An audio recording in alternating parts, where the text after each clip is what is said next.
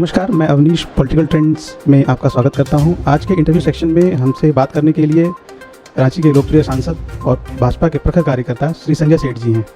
आइए इनसे हम सरकार, कोरोना काल में झारखंड की कोरोना से जंग और जनप्रतिनिधियों द्वारा किए गए कार्यों पर उनसे चर्चा करते हैं। संजय सेठ जी, आपका स्वागत है हमारे चैनल में। संजय सेठ जी, अभी तक के जो कार्यकाल है सरकारी झारखंड मुक्ति मोर्चा की सरकार का जो कार्यकाल है, विशेषतः कोरोना के परिप्रेक्ष्य में देखते हुए आप इसको कैसे आंकते हैं और भाजपा की इतने ही अवधि के कार्यकाल से इसकी तुलना आप किस तरह से करते हैं? देखिए, अपने कोरोना का एक बहुत बड़ा युद्ध लड़ा जा रहा है और हमारे प्रधानमंत्री आदरणीय नरेंद्र मोदी जी का कथन कि 130 करोड़ देशवासी एक साथ इस युद्ध को लड़कर जीतना, और तभी प्रधानमंत्री जी ने लगभग 5 मरतबा सभी मुख्यमंत्रियों के साथ बैठक की कि इस कोरोना काल में हमारी विचारधारा, आइडियोलॉजी कुछ भी हो, अभी सिर्फ एक ही आइडियोलॉजी होनी चाहिए कि सेवा कार्य और कोरोना का युद्ध जीतना। इसमें आरोप प्रत्यारोप नहीं होना चाहिए। लेकिन दुर्भाग्य था कि माननीय प्रधानमंत्री जी मुख्यमंत्रियों से वार्ता करते रहे, लेकिन कुछ बीच में हड़े लाते रहे, चाहे वो रेलवे को लेकर हो, चाहे श्रमिक भैया के रूप में हो। ये नहीं होना चाहिए। जब देश का और दुनिया का सबसे बड़ा लोकतंत्र का प्रधानमंत्री आप बोल रहा हो कि हम सब 130 करोड़ देशवासी, और भारतीय लोकतंत्र में ऐसा पहली मर्तबा हुआ, संकट काल में किसी प्रधानमंत्री ने देश भर के सभी मुख्यमंत्रियों से 5 मर्तबा बैठक की। तो सबका निर्णय, सब राज्यों का जो परेशानियां हैं उनको विचार कर और फिर उस पर निर्णय लेना। तो अभी तो इस युद्ध को जीतना है, और हम किसी राजनीतिक वाद विवाद में नहीं पड़ना चाहते, क्योंकि अभी हम सबका एक ही कार्य होना चाहिए कि कैसे इस कोरोना को हिंदुस्तान से भगाएं, सोशल डिस्टेंसिंग करें, मुंह पे मास्क लगाएं, और जो कोरोना का जो महामारी फैली है, उस महामारी में जो जिनके पेट में भोजन नहीं, जो भूखे पेट हैं, प्रधानमंत्री जी का निर्देश था कोई भूखे पेट सोई नहीं। कोई श्रमिक भैया बहन जो चल के आ रहा है उसके पैर में चप्पल नहीं, तो उनकी सेवा कार्य, उसी सेवा कार्य में हम सब लगे हुए हैं। इसमें आपने राजनीति की बात कही। सरकार के द्वारा दीदी किचन और अन्य स्वास्थ्य सुविधाओं के माध्यम से प्रवासी मजदूरों या जो भी तबके इससे प्रभावित हैं उन तक पहुंचने की कोशिश की जा रही है। ऐसे में एक आरोप राजनीति का लगता है कि नमो आहार और नमो सुरक्षा किट के माध्यम से आप राजनीति कर रहे हैं। तो जब सरकारी सुविधाएं हैं तो ये ज़रूरत कैसे पड़ी कि नमो आहार और नमो सुरक्षा किट का वितरण किया जाए? क्या ये सरकारी कमियों को उजागर करती है, या जहाँ तक सरकार नहीं पहुँच पा रही है वहाँ तक आप पहुँचने की कोशिश कर रहे हैं? आप देखो कि माननीय उच्च न्यायालय का कितने बार आदेश आता है कि आम नागरिकों में मास्क बांटो। बटा क्या मास्क? नहीं बटा। आदेश था कि सैनिटाइजर बांटो। बटा क्या? नहीं बटा। तो मेरी जिम्मेदारी है, हम किसी राज्य सरकार पर आरोप नहीं लगा रहे, मेरी जिम्मेदारी है एक जनप्रतिनिधि होने के कारण। और तभी आज की तारीख तक लगभग 2,60,000 ऐसे किट, नमो सुरक्षा किट, जिसमें मास्क है, जिसमें सैनिटाइजर है, जिसमें साबुन है, गांव, टोला, पंचायत तक गया। मेरा प्रयास रहा कि हर पंचायत में कम से कम ऐसे 300-400 झोले पहुंच गए, कि उसको भी लगे कि हाथ धोने के लिए साबुन कहाँ से लाएगा, गांव, टोला, पंचायत हाथ भी धोना है, सैनिटाइजर कहाँ से खरीदेगा, मास्क कहाँ से लगाएगा। तो ये काम हम सबने किया, और ये गिलहरी प्रयास था। और गिलहरी प्रयास में हमको कोई सर्टिफिकेट नहीं लेना, लेकिन हम अपनी जिम्मेदारी, अपने कर्तव्य से भाग भी नहीं सकते। और नमो आहार, आप देखो, हम तो सैल्यूट करना चाहेंगे भारतीय जनता पार्टी के ऐसे हजारों कार्यकर्ताओं, पूरे देश भर में तो हो ही रहा है। झारखंड में देखो, गली गली, चौराहे चौराहे भारतीय जनता पार्टी देवतुल्य कार्यकर्ता, सामाजिक संगठन, धार्मिक संगठन, व्यापारिक संगठन, पिछले 70 दिनों से जो सेवा की, वो सेवा देख के आपके आंख से आंसू निकल जाएंगे। दुनिया के किसी भी देश में ये संभव नहीं है। ये संभव हुआ सिर्फ भारत में। ये संभव हुआ सिर्फ ऐसे सहृदयी भाजपा कार्यकर्ता, चाहे सामाजिक संगठन, चाहे व्यापारिक संगठन, चाहे धार्मिक संगठन, ऐसे लोग पका हुआ खाना, कच्चा अनाज बांट रहे हैं। और हम सब मोदी आहार के रूप में पहले दिन से मोदी आहार, हम सब गांव, टोला, पंचायत, हर जगह पहुंच गए। उसमें चावल है, दाल है, नमक है, रिफाइंड तेल है, आलू है, प्याज है, बांट रहे लाखों की तादाद में। ये कच्चा राशन लाखों की तादाद में, और चौराहे चौराहे जो पका हुआ खाना बटा, उसकी संख्या तो आप गिन नहीं सकते। लाखों लोग रोजाना खा रहे हैं। तो अब हम कंपटीशन नहीं करेंगे कि दीदी किचन कैसा चल रहा है, क्या मुख्यमंत्री जी की ओर से जो थैला बट रहा है वो क्या, नहीं, हम कोई कंपटीशन नहीं। मेरा कर्तव्य था, हम सबका कर्तव्य था, हमने अपना कर्तव्य निभाया। सामाजिक, व्यापारिक, धार्मिक संगठन का जो कर्तव्य था उन्होंने निभाया। सरकार का जो था उन्होंने किया। आकलन तो जनता को करना है। हम कोई सर्टिफिकेट देने या लेने का माध्यम नहीं है। हम राजनीति में कोई नाम कमाने नहीं है, हम तो सेवा भाव से आए। इसीलिए पिछले 45 साल से हम सब लगे। और इस समय जो संकट आया, उस संकट में जो चुप रह गया, जिसके जो सामर्थ्य लोग हैं उसके पॉकेट से पैसा नहीं निकला, जो सामर्थ्य लोग हैं जिन्होंने सेवा नहीं की, तो दुर्भाग्य उनका जीना। और ये समय है, ये मौका है, नर सेवा नारायण सेवा। उस नर सेवा को नारायण सेवा मानो। और नर सेवा करके हम कोई सर्टिफिकेट नहीं देखते। सर्टिफिकेट देने वाला ऊपर वाला देख रहा है, और दुनिया का सबसे बड़ा सीसीटीवी ऊपर वाला है। सर्टिफिकेट वही देगा। और इसीलिए उस नर सेवा नारायण सेवा के मंत्र को लेकर हम सब भाजपा के कार्यकर्ता दिन रात लगे रहे, और आगे भी इसी भाव से, इसी जिम्मेदारी से, इसी कर्तव्य से आगे भी लगे रहेंगे। एक सबसे बड़ा मुद्दा आजकल के समय में है जो प्रवासी मजदूरों का, जिनको झारखंड लाने का कार्य किया जा रहा है केंद्र सरकार, राज्य सरकार दोनों के सहयोग से। इसमें कांग्रेस की हमेशा एक स्टैंड रही है कि प्रवासी मजदूरों के साथ अन्याय हो रहा है, क्योंकि राज्य में झारखंड मुक्ति मोर्चा के साथ कांग्रेस की भी सरकार है। वैसे में आपको क्या लगता है कि जो कोरोना संक्रमण से उत्पन्न जो ये अवसर हैं, जैसे निवेश संबंधी या रोजगार संबंधी, उस पर सरकार किस तरह से कार्य कर रही है? आपका अपना आकलन क्या कहता है? क्या कांग्रेस जैसी पार्टियां जो राष्ट्रीय स्तर पर मजदूरों की बात कर रही हैं, झारखंड में वो पिछड़ रही हैं, उनको कैसे यहाँ पर जो रोजगार मुहैया कराना है, उनकी आजीविका की कैसे व्यवस्था करनी है, अवसरों का कैसे, निवेश संबंधी अवसरों का कैसे लाभ उठाना है, इस विषय पर? तो कांग्रेस की बात तो छोड़ो। कांग्रेस का राजकुमार तो फोटो शूट करने जाता है। पूरे देश भर नहीं, पूरी दुनिया ने उस फोटो शूट को देखा। एक दिन निकले, फोटो खिंचाई, वही अब क्या क्या हुआ हम बोले तो नहीं। क्या किया? तो फोटो शूट कराकर आप भ्रम में नहीं जा सकते। और आपने देखा कि जो बसेस का, प्रियंका गांधी का क्या हुआ, वही चारा घोटाला का पुनरावृत्ति कि टेम्पो का नंबर, मोपेड का नंबर, मोटरसाइकिल का नंबर। क्या मजाक है भाई। और महाराष्ट्र में क्या किया? आपकी सरकार है। राजस्थान में क्या किया? आपकी सरकार है। झारखंड में क्या किया? आपकी सरकार है। क्या किया आपने? तो कांग्रेस की बात तो छोड़ो, कांग्रेस की कथनियों करने में बहुत अंतर होता है। कांग्रेस का इक्का दुक्का छोड़कर आप कहीं कैंप बता दो, कहीं चल रहा हो सेवा भाई। देश भर में इतना बड़ा संकट आया और राजनीति शुरू कर दी। प्रधानमंत्री ने कभी राजनीति नहीं की। उन्होंने कहा 130 करोड़ देशवासी एक साथ लड़ रहे हैं, खड़ा करना, देश को बांधना, देश को जो कोरोना योद्धा है उनको मान सम्मान देना। उस पर राजनीति क्यों? थाली बजा रहे हो क्यों? पुष्प वर्षा कर रहे हो क्यों? दिया जला रहे हो? अरे देश को बांधना है, देश को एक साथ 130 करोड़ देशवासियों को समर्थन लेकर युद्ध को लड़ना है। उसकी राजनीति कर रहे हैं कांग्रेस। तो कांग्रेस तो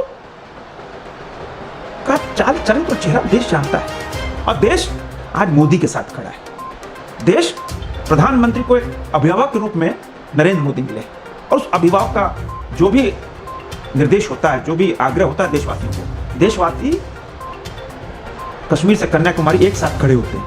आप देखो 135 करोड़ बस देश में। आज तारीख 4 तारीख हो गई, 4 जून, 3 महीने बीत गए, हमको सर्टिफिकेट नहीं दे रहे। अभी 2 लाख संक्रमित हुए, 135 करोड़ देश में। और दुनिया के जो शक्तिशाली राष्ट्र हैं, जिनकी आबादी, अमेरिका की आबादी 35 करोड़, 1 लाख लोग से ज्यादा मर गए। कम्युनिटी ट्रांसफर हमारे यहां नहीं हुआ, हम बच गए। राजनीति शुरू कर दी उन्होंने। क्यों राजनीति करते हो भाई? अब पैकेज हमने प्रधानमंत्री ने दिया, उस पर राजनीति शुरू कर दी।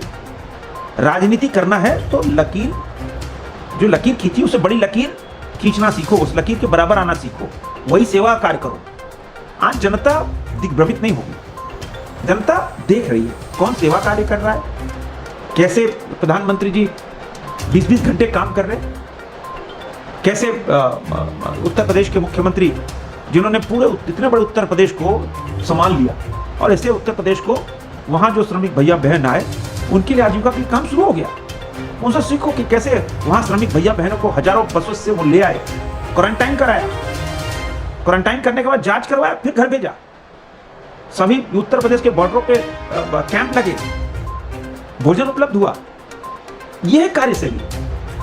तो कार्यशैली किसी आप आलोचना विचारधारा की करनी चाहिए। कोई अच्छा कार्य कर रहा है तो उसको आप फॉलो करो, फिर कोरोना खत्म होगा, फिर हम लड़ेंगे, विचारधारा की लड़ाई लड़ेंगे। लेकिन इस युद्ध में, इस वैश्विक महामारी में राजनीति नहीं आनी चाहिए। प्रवासी मजदूरों को लेकर के सरकार की कुछ योजनाएं आपको क्या दिखती हैं कि कैसे उनको यहाँ पर रोजगार मुहैया कराना है ताकि उनकी आजीविका एक तरह से छिन गई वहाँ से आने के बाद? तो क्या ऐसी स्थिति में सरकार उनके लिए कितना कर रही है ताकि उनकी आजीविका जो सुनिश्चित हो सके, उनका पेट भर सके?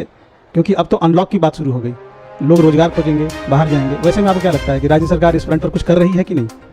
देखिए, 100 साल पहले राष्ट्रपिता महात्मा गांधी की सोच कि ग्रामीण अर्थव्यवस्था को मजबूत करो, गांव को मजबूत करो। गांव मजबूत होगा, ग्रामीण अर्थव्यवस्था मजबूत होगी, देश बहुत आगे बढ़ेगा।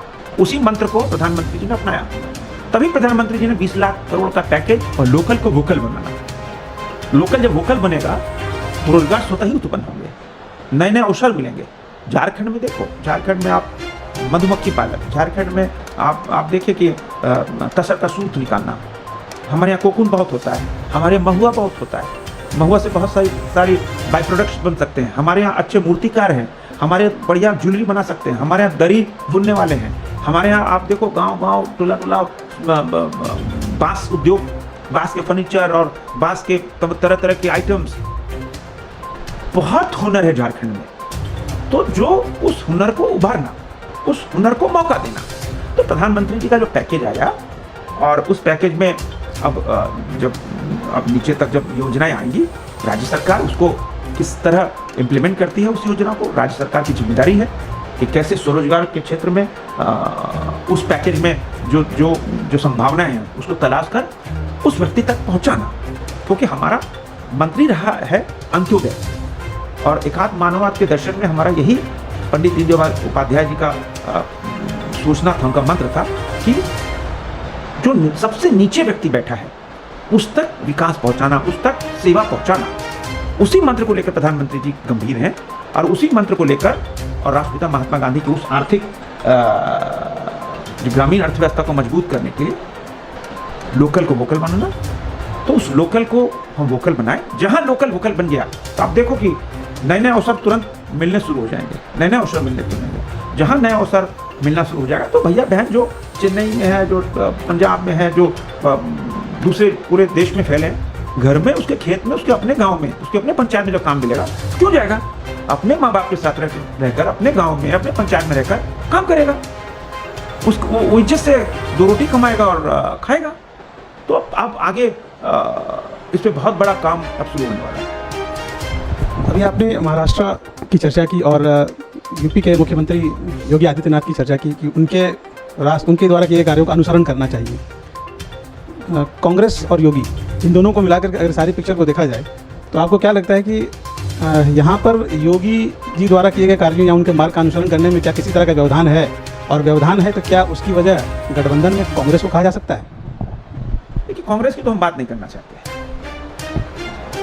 क्योंकि कांग्रेस हमेशा हर्डल की राजनीति की। देश जब आगे बढ़ा है, आप देखो क्या हुआ है। इस कोरोना काल में भी राजनीति शुरू कर दी। तो अब जब मानव जाति पर ही संकट था, उस समय तो राजनीति उचित नहीं थी। और आप देखो 2 दिन पहले की घटना केरल की, जहां से राहुल गांधी जी नुमाइंदगी करते हैं, जहां से वहां एक हाथी के साथ दरिंदगी हुई, एक शब्द नहीं निकला। कैसे वो हथनी को और उस घर में पलने वाले बच्चे को उसके मुंह में अनार के रूप में ब्लास्ट कराया गया। 4 दिन हो गए, पूरे दुनिया में एक शब्द नहीं निकला। क्या राजनीति करोगे? देश की जनता बेवकूफ नहीं है। आप मानव संवेदना खत्म कर चुके हो आप। इसलिए कांग्रेस पार्टी से की बात तो हम करेंगे नहीं, जिसमें न मानव संवेदना है, न सेवा का काम है, न देश को आगे बढ़ना देखना चाहते। वो सिर्फ और सिर्फ झूठ की राजनीति, फरेब की राजनीति करना चाहते हैं। तो ऐसी राजनीति को हम देश हित में नहीं मानते। तो क्या आप वर्तमान सरकार को मजबूर सरकार मानते हैं कि मजबूत सरकार मानते हैं गठबंधन में? और जिस तरह से कांग्रेस का एक अपना रवैया भी रहा है, गठबंधन में है इसलिए उसके विचार भी मायने रखते हैं, तो आपको क्या लगता है कि सरकार में कहीं सामंजस्य नहीं है, या एक अपनी पुरानी जो राजनीतिक शैली है उसके आधार पर शायद वो लोग ज़्यादा हावी हो जा रहे हैं वर्तमान झारखंड की सरकार पर? कहाँ पर पीछा रहा है? अब देखो, अब तो माननीय मुख्यमंत्री जी बहुत होनहार मुख्यमंत्री हैं, युवा मुख्यमंत्री हैं, देखना उनको है। अब उस गाड़ी का पहिया जो मुख्यमंत्री चला रहे, पंचर है, टायर है कि नहीं है, हवा निकल जा रही है, देखना तो उनको है। हम लोग तो हर अच्छे काम में उनकी पीठ थपथपाएंगे, हर ऐसे काम का विरोध करेंगे जिसमें जनहित का मामला नहीं जुड़ा हो। माननीय मुख्यमंत्री जी को देखना है। और अब हम सब ने डिमांड की कि अभी 3 महीने अनलॉक में बच्चों की फीस माफ होनी चाहिए। कई राज्यों ने किया, यहाँ भी हमने डिमांड उठाई। अब शिक्षा मंत्री का वो भी बेचारे बोलते रहे जगन्नाथ मिश्र जी, लेकिन कोई सुनने को तैयार नहीं। बेचारे 2 बार 3 बार बोले, अपने कर्तव्य का निर्वहन किया उन्होंने कि नहीं, मैं शिक्षा मंत्री हूँ, मैं जो बोलूंगा उसको स्कूल पालन करेंगे। हार के उन्होंने कहा कि मेरी कोई सुनता ही नहीं। ऐसे आप देखो कितने भले आदमी। और नहीं तो पब्लिक डोमेन में कोई राजनेता, कोई मंत्री बोलता नहीं, चुपा लेता है, लेकिन वो सीधे हैं। उन्होंने कह दिया कि हम तो बोल रहे हैं, गाड़ी सुन नहीं रहा कोई। तो हमने तो यहां तक कहा कि भाई आप स्कूल की फीस, वो बोलते हम स्कूल की फीस कैसे देंगे, 3 महीने लॉकडाउन है। हमने एक और सुझाव दिया, स्कूल की तरफ से आया कि हमको वेतन देना है, तो हमने कहा एक और सुझाव हमने दिया कि भैया आप जो ट्यूशन फीस को ले लो, अन्य जो फीस है उसको माफ कर दो। ट्यूशन फीस से आप अपने टीचर्स को वेतन देने के लिए ले लो, लेकिन जो ट्यूशन फीस के अलावा जो बहुत सारे मद होते हैं उनको मत लो। उस पर राज्य सरकार का निर्णय नहीं आया, निर्णय आना चाहिए। हम स्कूल के टीचर्स को वेतन भी देना चाहते हैं, उसके लिए उसके मद में ट्यूशन फीस भी देना चाहते हैं, लेकिन दूसरी ओर जो बच्चे पढ़ने नहीं गए 3 महीने तक, तो 3 महीने का फीस क्यों दें? हम तो जनप्रतिनिधि, हम तो सबको समान रूप से देखेंगे, इसीलिए हमने ये प्रस्ताव दिया, लेकिन अभी तक कुछ हुआ नहीं। जैसा कि आपने कहा कि आपके द्वारा दिए गए प्रस्तावों पर कोई विशेष कार्रवाई नहीं हो पाई, स्कूल खोलने के लिए तैयार हैं, वो आमादा एक तरह से हैं, कहा जाए कि स्कूल खोला जाए, बच्चों को बुलाया जाए, ऐसे में रिस्क बहुत ज़्यादा बढ़ जाता है। जब स्टेट यूनिट से ऐसा कुछ फ़ायदा नहीं मिल रहा है, तो आपको क्या लगता है, क्या इस मुद्दे को आप केंद्रीय स्तर पर भी डिस्कस करेंगे ताकि वहाँ से कुछ बातें निकल कर आएँ और बच्चों के हित में कुछ उनके स्वास्थ्य का खिलवाड़ न हो? देखिए, पूरी तरह राज्य सरकार का मामला है। और माननीय शिक्षा मंत्री जी कितनी बार अपील कर चुके हैं, जब उनकी नहीं सुनना तो मेरी कहाँ सुने। अच्छा, एक ऐसा सवाल हट करके राजनीति से, आप जनप्रतिनिधि रहे हैं, आप भाजपा के प्रखर कार्यकर्ता भी हैं, शुरू से आपने पार्टी के लिए सब कुछ लगाया है, अधिकांश समय आपका जनता के बीच में उनकी समस्याओं को जानते हुए पार्टी के कार्यकलापों में बीता है। जनप्रतिनिधि बनने के बाद आपकी तो जिम्मेदारियां काफ़ी बढ़ गई हैं, ऐसे में आप घर और अपने कार्य क्षेत्र में कैसे उसमें सामंजस्य बैठा पाते हैं? अब तो हम लोग तो देखिए 1974 से जयप्रकाश आंदोलन से लगे रहे, संपूर्ण क्रांति संघ के स्वयंसेवक। 1980 जब पार्टी का गठन हुआ, तो पार्टी के गठन के समय भी मुंबई में मौजूद में था, तो लगातार संघर्ष रहा। जनता की सेवा करना एक पैशन था मेरा, हॉबी थी। जनता के बीच में जाकर सामाजिक काम करना, ठीक है, धरना प्रदर्शन ये सब चलता है, लेकिन उससे ज़्यादा मेरा पैशन था कि समाज में जाकर वैसे कार्य करना जो समाज को जरूरत है। उस पैशन को आज भी हम रखते हैं, और इसीलिए मेरा द्वार सुबह से खुल जाता है। 6:30 बजे से मेरे घर लोग आना शुरू हो जाते हैं। सुबह वहाँ से मिलते हैं लोगों से, फिर कार्यालय आ जाते हैं, यहाँ मिलते हैं लोगों से। हमने समाधान केंद्र खोला, जैसे मैंने वादा किया था सभी विधानसभाओं में, समाधान केंद्र के माध्यम से लोगों की समस्याओं का समाधान हो रहा है। और लगातार हम अपने 6 विधानसभा में घूमते हैं। हमने कहा था कि मैं आपके दरवाजे आऊँगा, मैं आपके दरवाजे जा रहा हूँ, लेकिन अभी इन 1 सालों के अंदर 3 महीना लॉकडाउन में निकल गया, फिर 3 बार सदन हो गया, पूजा पाठ भी, तो जो भी समय मिला वो क्षेत्र में रहा। एक दिन भी हमने, आप कहो कि घर में बैठ गए तो वो असंभव चीज है। सामंजस्य है, जनता की सेवा है, सामंजस्य बैठना ही है, क्या है। और मैं ज्यादा टेंशन नहीं लेता, कोई कुछ भी बोलता है कि हाँ यहाँ है, और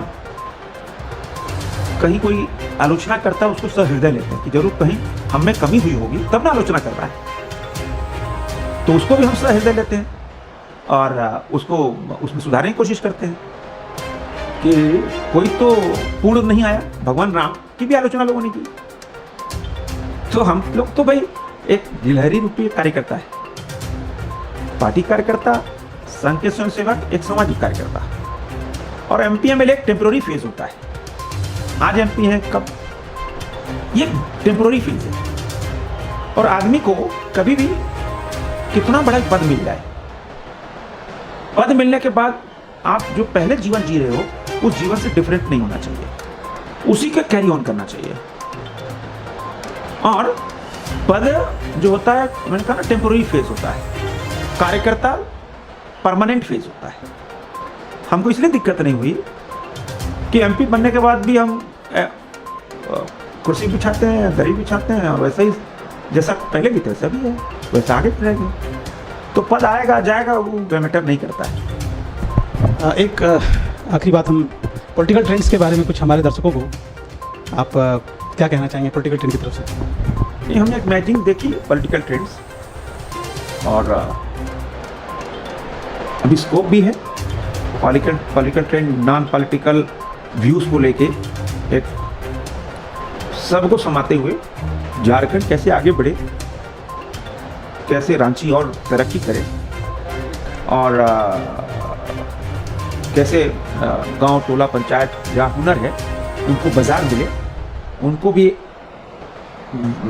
फोकस हो, यह पॉलिटिकल ट्रेंड का एक आइडियोलॉजी होनी चाहिए।